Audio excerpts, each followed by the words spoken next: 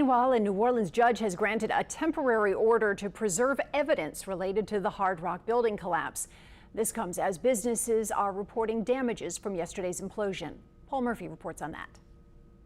A new lawsuit is seeking damages on behalf of workers who continue to suffer economic losses as a result of the collapse of the half-finished Hard Rock Hotel.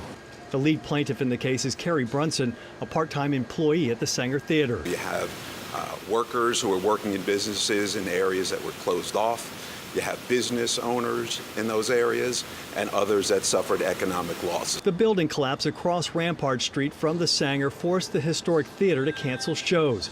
Monday, the crew for Wicked was finally allowed back in the building to remove their props and equipment. Sunday's crane implosion broke 3 windows at the Sanger. The initial collapse punched an 8-foot by 3-foot hole in the roof.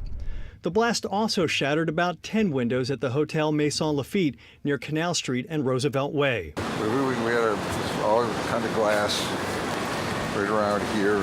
Hotel manager George Friedman said the intensity of the implosion surprised him. I was sitting on a little upside down Home Depot pail, right?